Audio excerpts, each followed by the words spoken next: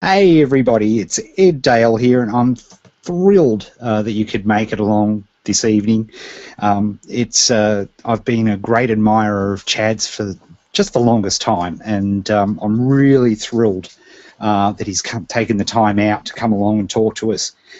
Look, on the webinar tonight, you're going to discover how this broke 27-year-old who lost the use of his dominant arm became an app millionaire, and discover the secrets and the exact steps he used to achieve this kind of success. On tonight's webinar, we're going to learn, let's go through it. So how to find the hottest apps, how to spy on competition and replicate their success, 2 sneaky websites that identify apps that you should model now. I love that. It's just such a useful thing. And the exact app empire formula Chad uses that's resulted in every single app he has ever created being profitable. And that just is something that we all are very interested to have a look at. You're also going to learn how you can create apps that masses want, that sell like crazy, because if you're going to compete in those areas of the App Store, that's absolutely vital. Plus, of course, you're going to have the #1 biggest mistake most appreneurs fall prey to that differentiate the app millionaires from the failures. I love that term, appreneurs, because it really does encapsulate everything that makes this whole incredible new business opportunity just fabulous, that I think. Now, we all know that it's very difficult to prosper in the new economy. I mean, if you're not on the cutting edge and moving with the times, you're just going to get left behind. But having said that, there are so many companies, of course, like Apple. I don't know if you know this, but I'm a tad impartial to Apple.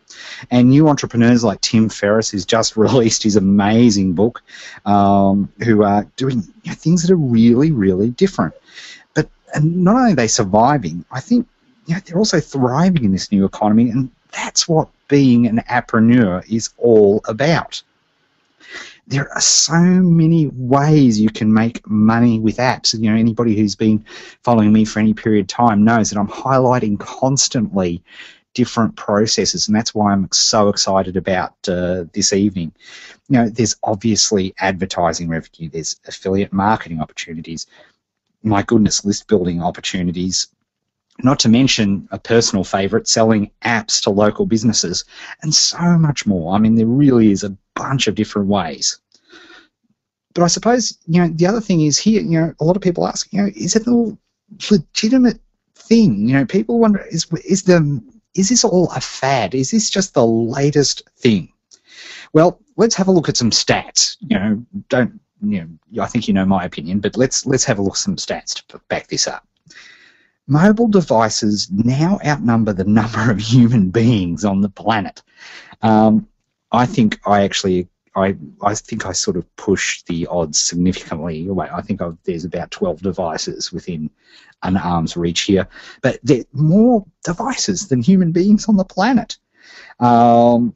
There's also, let's have a look here. Look at this. Not only that, but the numbers are soaring rapidly, and by 2016, they're projected to reach 52 billion app downloads. There were 30 billion app downloads in 2011.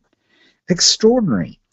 The opportunity today is bigger than ever, especially since the launch of the new iPhone 5, my precious, that broke all of the previous records when it sold 5 million units in the first 3 days. 5 million. It's the biggest product launch of all time. I mean, it is extraordinary, which is over 1 million more than the iPhone 4 sold at the same time. This is not going away, folks. This is not a fad. This is how people are doing business. I had a customer that produced stubby holders, which for those of you who are not out of Australia, it's sort of a thing that you put your beer cans in to keep them nice and cold, a very, very important piece of equipment here in Australia. As traditional a traditional business you could possibly see. And he's been very successful.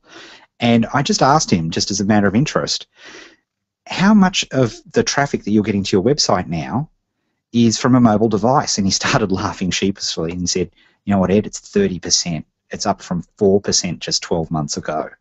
And I said, do you have a mobile website? And he said, no, he doesn't. There you go. It's as Gary Halbert would say, you go where the punters are.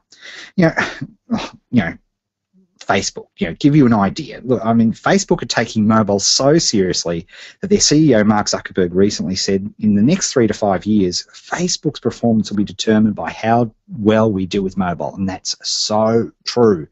There was almost riots with how bad the Facebook mobile app has been, and they're now starting to issue updates to make it a lot better. It's going to be crucial. There'll be all sorts of problems. Of course, they ended up buying Instagram for over $1 billion.